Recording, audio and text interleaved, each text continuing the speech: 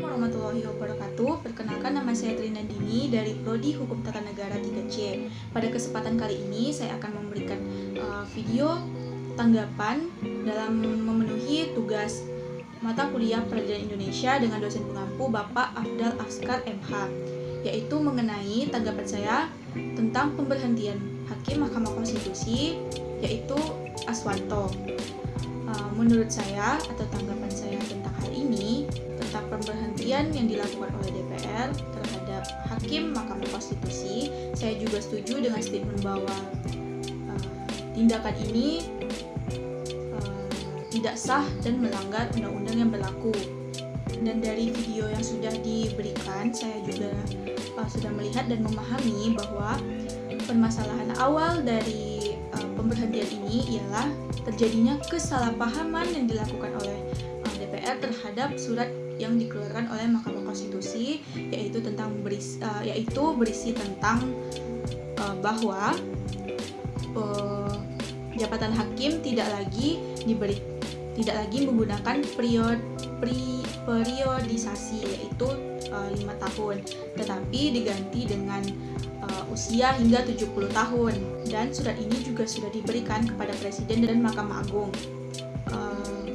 Dari surat tersebut ternyata DPR salah paham dan mengira bahwa surat tersebut itu seolah-olah Mahkamah Konstitusi meminta DPR untuk melakukan pergantian hakim. Dan seperti yang saya katakan tadi di awal, bahwa tindakan DPR ini tidak sah dan melanggar undang-undang karena sudah dijelaskan dalam video oleh Profesor Jamli. Dalam undang-undang sudah diatur bagaimana mekanisme pemberhentian dan pengangkatan hakim konstitusi. Contohnya itu pada pasal 23 ayat 4 yang berisi tentang bahwa pemberhentian hakim konstitusi ditetapkan dengan keputusan Presiden atas permintaan Ketua Mahkamah Konstitusi. Dari undang-undang tersebut sudah sangat jelas bahwa pemberhentian hakim konstitusi itu dilakukan atas permintaan Ketua Mahkamah Konstitusi, dan kemudian baru dikeluarkannya keputusan Presiden.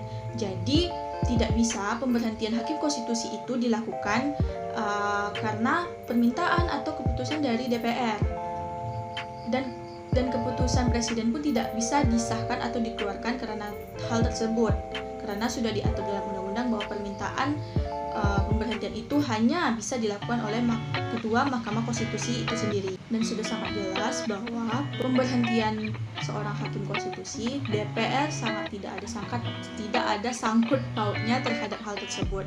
DPR, Presiden, dan Mahkamah Agung hanya berwenang memilih dan mengajukan hakim konstitusi. Dan juga ternyata salah satu alasan DPR memberhentikan hakim konstitusi Aswanto ini, yakni Hakim Aswanto dianggap tidak bisa mengakomodir kepentingan DPR atau Hakim Mahkamah Konstitusi tersebut kerap kali membatalkan produk undang-undang DPR, dan hal tersebutlah menjadi alasan DPR memberhentikan Aswanto dan alasan tersebut sangat tidak tepat menurut saya. Dan juga alasan tersebut tidak tepat karena Mahkamah Konstitusi merupakan lembaga yang berdiri sendiri atau independen. Begitu pula dengan hakimnya. Kemudian MK ini merupakan juga legislator, tetapi dalam pengertian negatif. Maksudnya di sini, jika DPR memiliki kewenangan untuk membuat norma, maka Mahkamah Konstitusi sebaliknya, yaitu membatalkan norma yang ada di dalam suatu undang-undang bila undang-undang tersebut bertentangan dengan Undang-Undang Dasar 1945. Jadi kesimpulan dari sedikit penjelasan saya tadi, pemberhentian hakim konstitusi atau hakim Mahkamah Konstitusi ini terjadi hanya karena DPR salah paham atas surat yang dikeluarkan oleh Mahkamah Konstitusi, dan dari kesalahpahaman tersebut DPR menggunakan hal tersebut untuk memberhentikan Aswanto, hakim Mahkamah Konstitusi, dari jabatannya.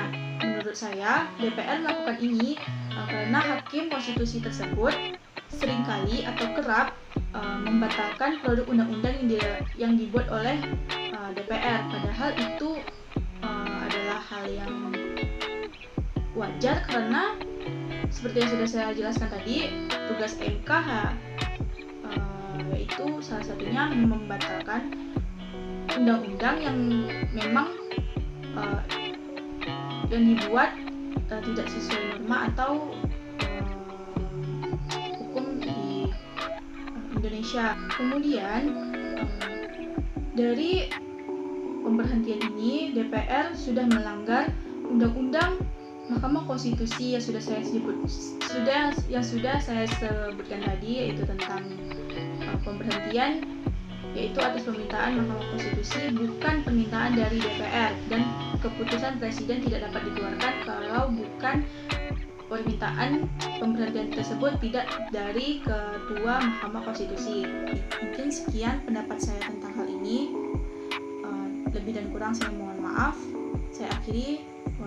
Wassalamualaikum warahmatullahi wabarakatuh.